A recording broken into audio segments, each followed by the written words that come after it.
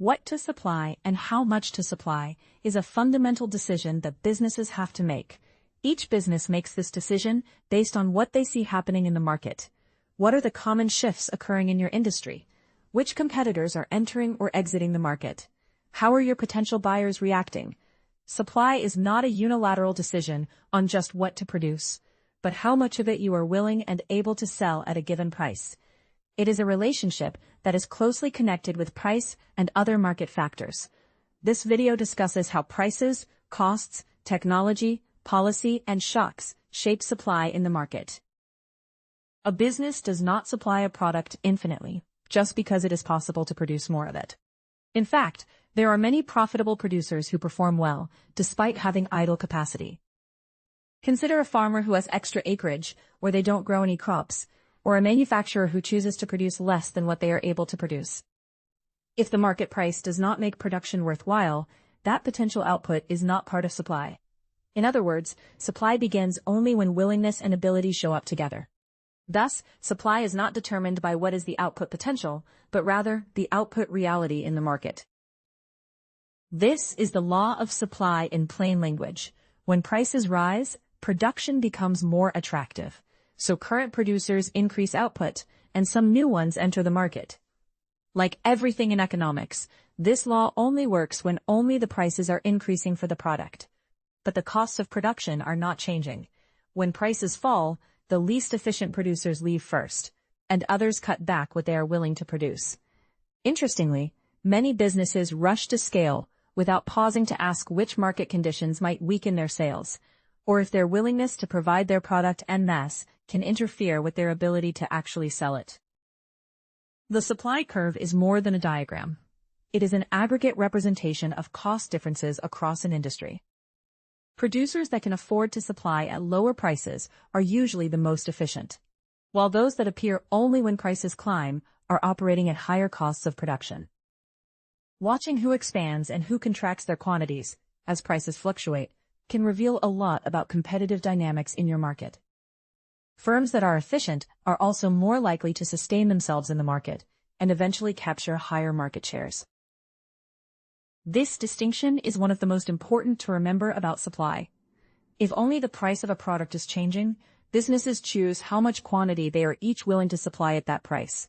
This does not mean the supply is changing. It means that there is a movement along the supply curve, and each business is facing different constraints based on their own processes and systems. However, if costs, technology, policy, or resource access changes, then the entire supply curve shifts, because all the businesses in the market are affected by such changes. Businesses that mistake a true supply shift with a temporary price change can end up waiting for normal conditions that may not be coming back. Production costs are the most direct supply shifters.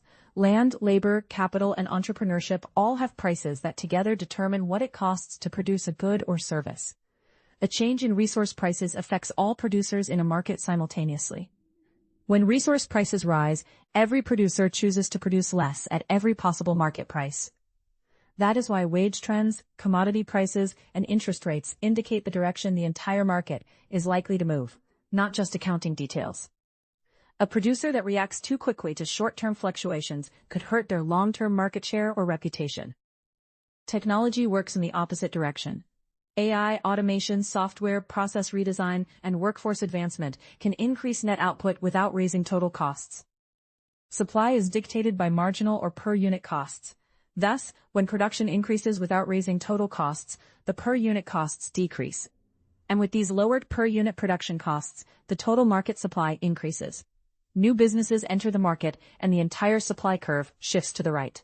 In fast-moving industries, repeated productivity gains can keep reshaping competition and expanding supply. Supply shocks and shifts arrive from completely outside any single business. A drought can reduce agricultural supply, a mining disruption can block key materials, and a shortage of skilled workers can affect every producer in a field at once. Government policy can also create a type of systemic shock, either in the short run or the long run. A subsidy in an industry may lower costs of production and increase market supply by benefiting some producers more than others. An efficient producer bearing the full cost of production might not be able to sell their product at their threshold price, while a subsidized producer can capture more market share even if they are inefficient. Regulations, environmental standards, or import restrictions are some policies that can increase the cost of production for all producers, and often unexpectedly, and can shrink the supply curve in the market. No single company can either cause or control these shifts in the market supply curve. However, businesses can manage unexpected shocks through strategy, especially with contingency planning around the sourcing of critical inputs well before a shock arrives. Thus, the external environment shapes business conditions through costs, inputs, and the ability to operate. And businesses that plan for these forces early are in a far better position than those that react after the shift has already happened. The semiconductor shortage in 2021 and 2022 is an applied example of a supply shock. Automakers could not finish vehicles, even when demand existed, because a key input was limited in availability. Some stockpiled inventory, others redesigned products around available chips, and some raised prices to manage demand. The common thread was simple. The supply curve had shifted left, and the businesses that read the signal early recovered faster. Those that dallied on decision-making ended up losing some market share in the long run, due to higher price points. Price elasticity of supply measures how strongly producers respond when prices change.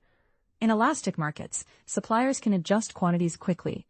In inelastic markets, capacity limits, input shortages, and production lead times slow the response, even if producers want to expand.